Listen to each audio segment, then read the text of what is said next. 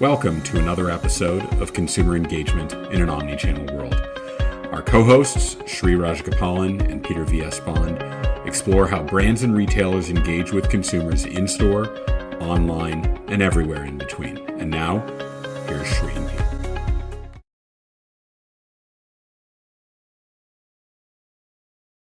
Hi, everybody. I'm Peter V.S. Bond, the co-host of Consumer Engagement in an Omnichannel World. I'm, as always, joined by my co-host Sri Rajagopalan. We are in episode 2 of a 6-part series called Living in an Omnichannel World. We are joined by our very special guest, Bryan Gildenberg from Omnicom. Bryan, tell us a little bit about yourself, and then we'll get right into the podcast. Sure, and good to see you guys again, and thanks for the invite. I'm Bryan Gildenberg, currently the SVP of Commerce for the Omnicom Retail Group, a collection of agencies that specialize in retail in all of its forms, physical, digital, etc. The agencies you probably know better by their trading names, which are Tracy Locke, the Integer Group, TMA, TPN, and Haygarth. Prior to that, for a very long time, I was the head of retail research at Kantar. And for those of you who've seen me before, it's almost certainly in that role. But was a big part of Kantar's retail research team for about 23 years. Thank you for that, Bryan. Without being too much of a fanboy, I'll mention that I was a devotee of your previous podcast. So we're very happy to have you on this show. Well, there you go. It's good to get back to talking into a microphone again. Although it's disconcerting doing it with other people. All right, let's jump right into it. Our topic today is Amazon's role in omnichannel transformation. What is Amazon doing to influence e-commerce? And my very first question is, should Amazon even be considered an omni-channel retailer, and does it even matter? I'm not sure it matters, but sure, why not? I think in reality, if I were forced to write this down as my final answer on Who Wants to Be a Millionaire, I would probably describe Amazon as an e-commerce retailer that happens to run a brick and mortar retail chain, as well as a curiosity shop of retail formats that they've built on their own. I do think that Whole Foods I think Whole Foods is becoming a more omnichannel retailer through both home delivery and click and collect. And that might be the way I would probably describe it best, which is that Amazon, which is a pretty much pure play e-commerce player, is starting to turn Whole Foods into an omnichannel food retailer. Very good. So, Bryan, if you're the industry giant and heavyweight in supply chain, which is arguably one of Amazon's strengths, comparable to Walmart, some days I don't know which one's better, but clearly they're two of the industrial ones. Mm-hmm. Why go through this exercise of dabbling in an in-store business model and then let it run separately as an omni-channel? Why even do this in the first place? I think it's pretty simple. And you can't sell food without a distribution network that gets food relatively close to American homes and allows a disproportionate number of Americans the opportunity to pick that food up rather than have it delivered. In the end, the reason they're doing this, if I had 4 words to answer it, is because ice cream melts. And you can't do a home delivery model in American grocery, given how temperature variant the country is, leaving stuff on people's doorsteps and hoping that'll work. And then expecting Americans to be home to receive groceries, though, obviously. It's become a little easier to imagine that in the last few months. But assuming the world gets back to something like what it used to be like, home delivery in America just isn't that convenient. I mean, America's a car-based convenience country. We invented the drive-through movie, we invented the drive-through wedding, and Louisiana, God bless it, has a drive-through daiquiri hut, right? So the notion that people aren't going to want to drive to get their groceries as a primary means of convenience just seems really misguided, and I think deeply influenced by the fact that most of the people that write about e-commerce for a living live in cities, and that most of the people that buy food don't. So I think that's always been a misalignment in terms of what actual Americans with kids who live in suburbs find to be convenient, which is not trying to identify a 2-hour window in which I'm going to be home on a Saturday, but rather I know when I'm driving my car past someplace I can pick up groceries. I think Amazon had to get involved in a retail business in order to sell food effectively in the United States. So, Bryan, are there any other chinks in Amazon's omni-channel e-commerce armor, and are they going to be able to fix those? Sure. Yeah, I think I think in the end, the biggest challenge Amazon has is selling more than one item at a time. I mean, they're just not great at it.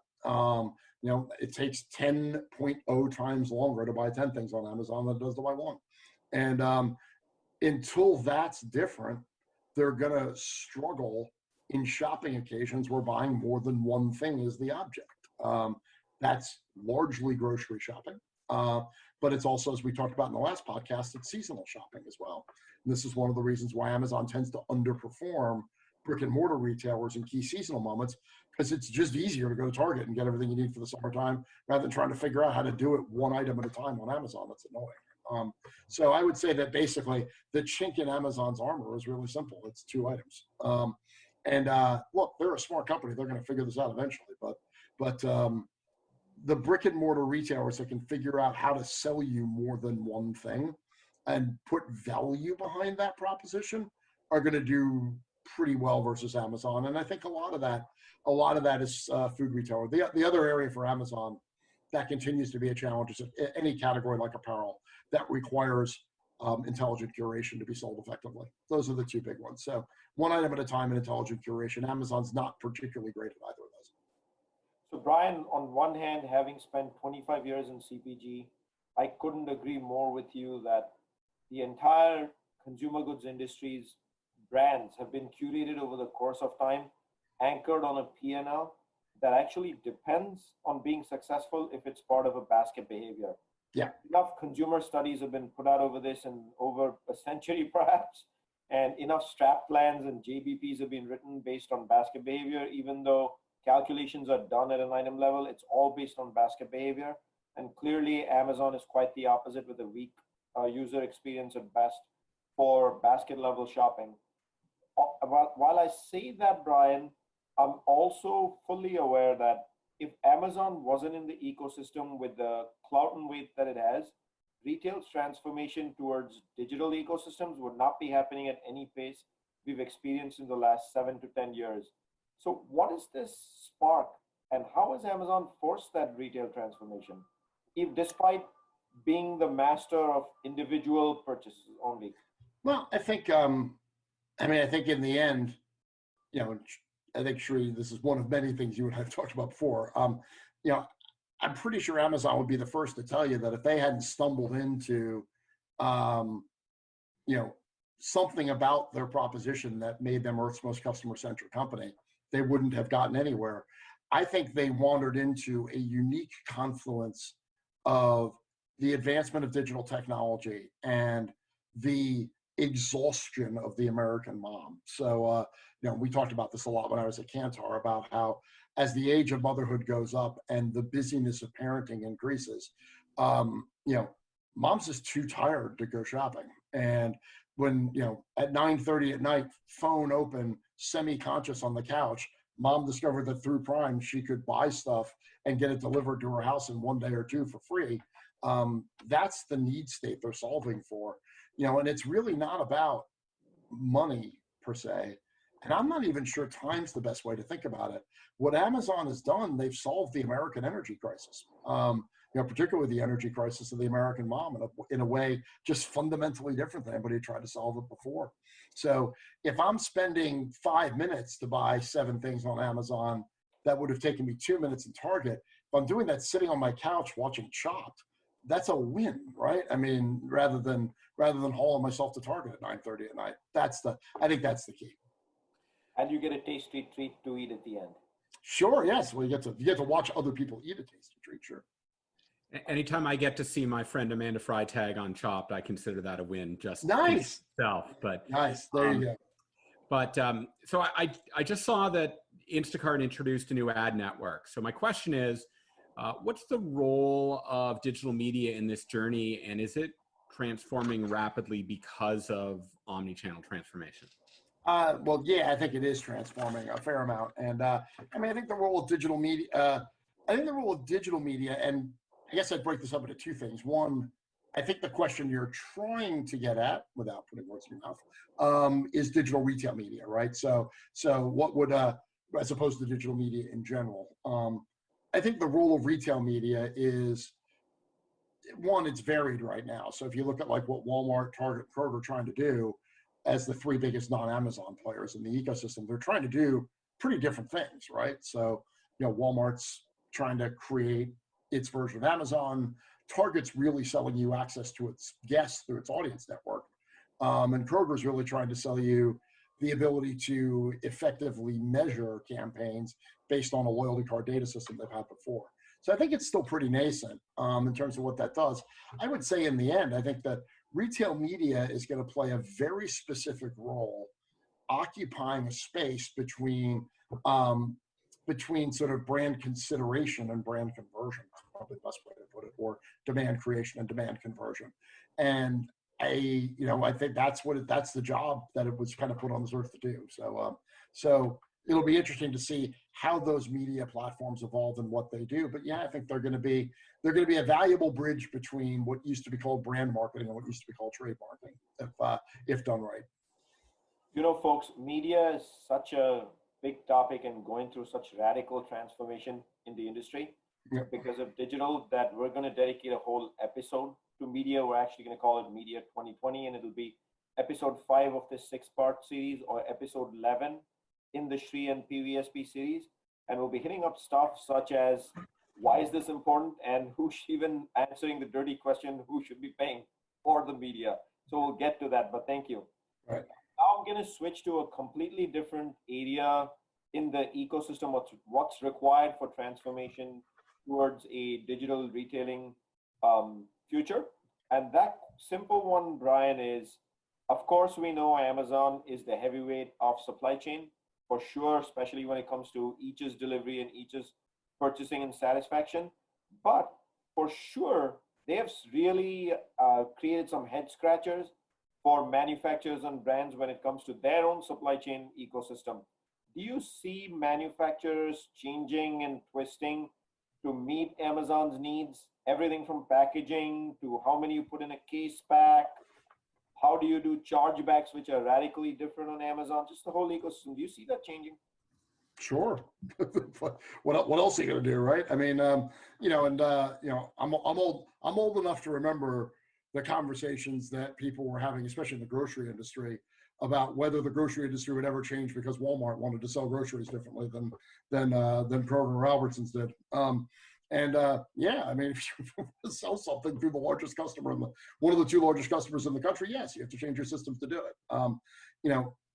Moses didn't wander down from a tablet and a mountain and have "thou shalt be able to achieve the lowest possible cost per unit through mass production and highly efficient scaled logistics" on it. Was one of the things. I mean, that was a unique window in time. That's how Walmart created a point of difference. And that the ecosystem that got built behind Walmart was one that emphasized low unit cost over flexibility and scale over batch processing. And that's all got to get unwound if the retailer that's going to drive most of the growth in the future isn't interested in that. So, that's, and in the same way that Walmart wasn't interested in any of the allowance-based, goofy discounting that the supermarket industry used, and all that stuff went away too. So yeah, it'll change. That's very helpful. Getting on that track of the retailer side of the ecosystem, putting Amazon and Walmart aside, are there some big ecosystem changes you've seen from kind of everybody else, from a Target to a Meijer to a Publix to a Shoe Carnival to a whoever? What are we seeing are the some of the big ecosystem changes they've had to? Well, let's talk a lot about Shoe Carnival. So as I guess some good stuff happening there. Well, look, I mean, yeah, I think that the easiest way to think about this is that if you think about the assets that are involved in the delivery of value to a shopper from a retailer, it's just those assets, or the role of those assets is changing. So, stores are going to be DCs as well as stores. DCs are going to be direct ship centers as well as DCs. You're going to have, the store as a returns platform, not just a selling platform. The store is going to act as a provider of other services that aren't retail centric. So if you just look at Walgreens right now in terms of the number of different partnerships that they're engaged in to be able to do that. So yeah, and I would just say, yeah, I just think you're gonna You're going to see assets deployed more flexibly in terms of what their role is within the captive value chain of the retailer, and also more diversely in terms of figuring out what other value propositions we can bring to the table to provide a more holistic solution than the relentless efficiency of one item at a time transaction driving that Amazon is excellent at. And that's where, so yes, I think you'll see a significant reconfiguration of the assets that drive retail over the next 5 years. Yeah, I think DSW was one of the first retailers to follow the lead that you just indicated, which is using their stores as the distribution center rather than shipping from a central location. So Sure. It depends on what works for the retailer. Yeah. Yeah, actually, Ahold, if you go back to Stop and Shop and the Ahold food chains, they've been doing this. They've been using ware rooms in their back room to fulfill Peapod for, probably longer than anybody cares to remember. But I mean, they started that trend probably 15, 20 years ago. So Bryan, a thing that's been very scary to me in this industry evolution is when I look at brand P&Ls having arguably touched some of the largest brands in the world today, is you referred, when I asked you a previous question about supply chain ecosystems twisting and turning, you said no choice, but at the same time, you also said the muscle power of these supply chain ecosystems is really built on bulk repetitive production again and again and scale on day one. Yep. Innovation, because innovation today largely for scale brands is still a truckload delivery ecosystem, and if it doesn't meet the hurdle rates, you don't create it. But all of a sudden, if you're in a supply chain ecosystem which start thinking about eaches, like, isn't that a P&L twister? It is, and and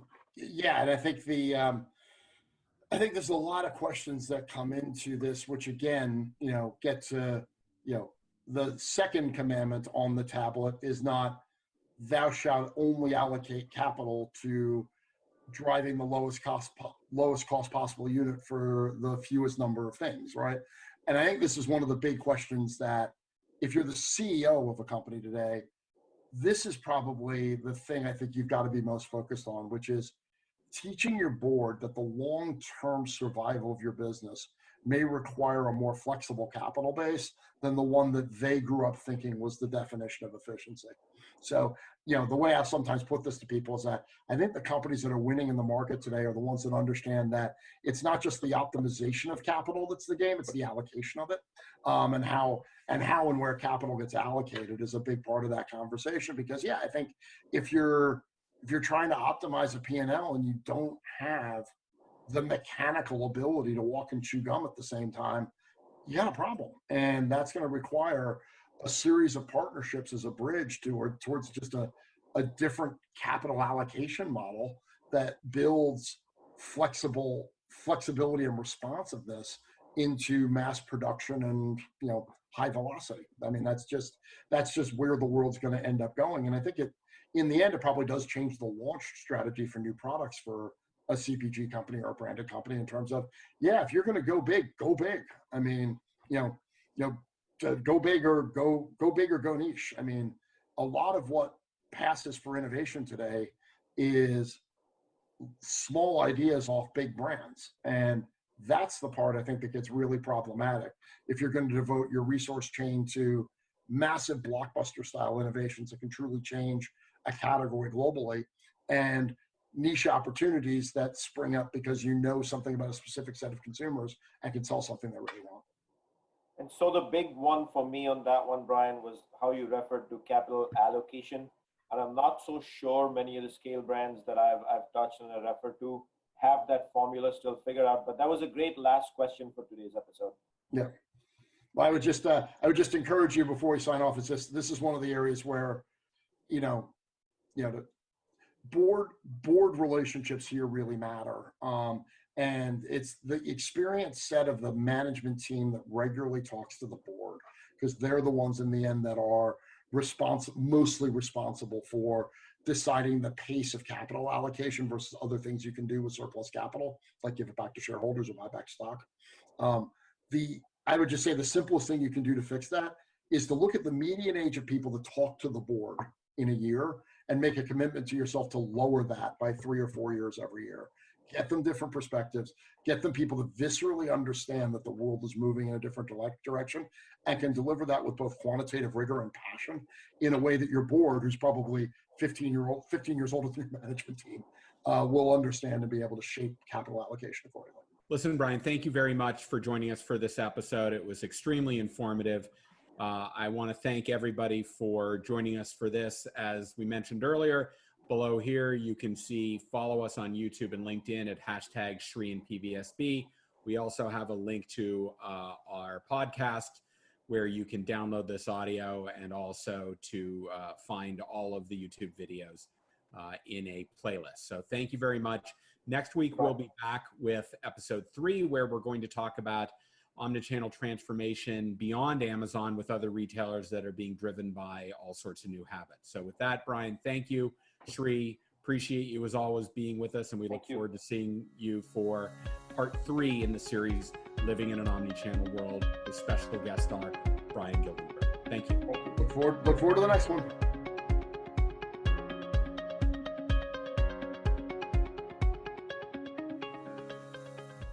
The content in this podcast episode is provided for general informational purposes only. By listening to our episode, you understand that no information contained in this episode should be construed as advice from CPGGUYS LLC or the individual author, hosts, or guests, nor is it intended to be a substitute for research on any subject matter. Reference to any specific product or entity does not constitute an endorsement or recommendation by CPGGUYS LLC. The views expressed by guests are their own, and their appearance on the program does not imply an endorsement of them or any entity they represent. The views expressed by CPGGUYS LLC do not represent the views of their employers or the entity they represent. CPGGUYS LLC expressly disclaims any and all liability or responsibility for any direct, indirect, incidental, special, consequential, or other damages arising out of any individual's use of, reference to, or inability to use this podcast or the information we present in this podcast.